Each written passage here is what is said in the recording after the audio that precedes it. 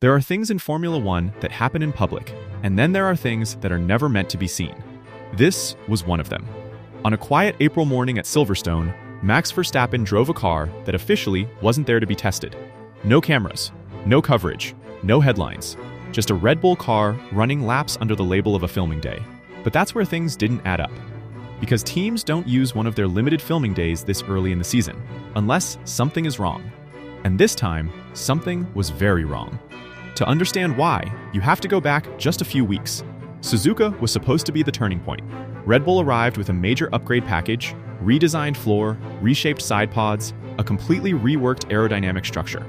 On paper, it should have been enough to bring Verstappen straight back into the championship fight. Instead, he was eliminated in Q2, at Suzuka, his strongest circuit. And when he stepped out of the car, his reaction said more than any data ever could.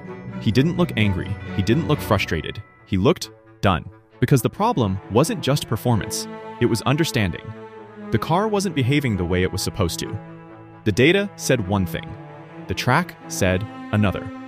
And in Formula One, that gap has a name: correlation failure. And once a team loses correlation, everything starts falling apart. Because now, every upgrade you build is based on something you can't trust. And that's exactly why Silverstone happened. Not as a test, but as a desperate attempt to find the truth. But what they found there might have made the situation even worse. Imagine driving a car where every corner feels different, even if you take it the same way.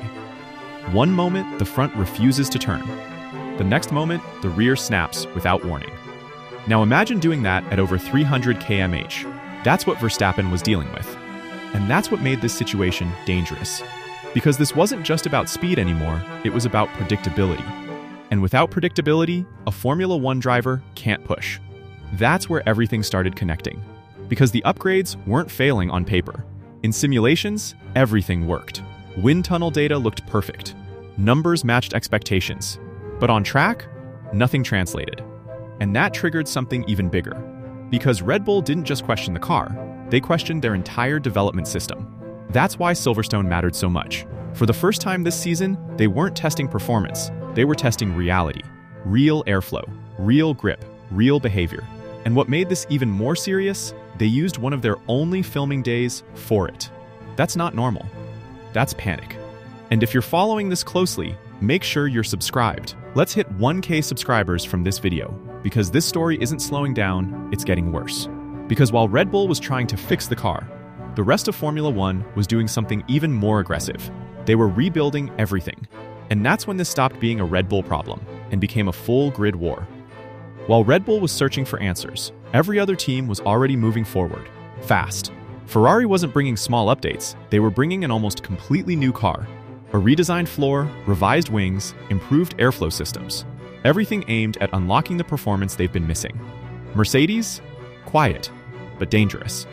Subtle aerodynamic gains, better balance, more stability, the kind of improvements that don't look big until they start winning races.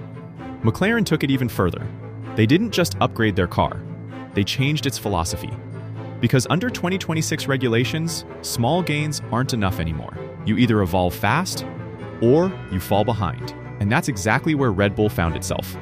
Because while others were improving, they were trying to understand. And that's the worst position you can be in.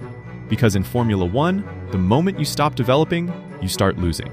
And then, something else changed. The FIA stepped in, quietly adjusting energy deployment rules, changing how power could be used, where it could be deployed, how cars behave on straights and exits. It didn't look dramatic, but it changed everything. Because now, even the data Red Bull collected was already outdated. And suddenly, one race became more important than anything else. Miami. Because Miami isn't just another race, it's a verdict. Miami will answer one question. Does Red Bull still understand their car? Because if they don't, this isn't just about performance anymore, it's about the future.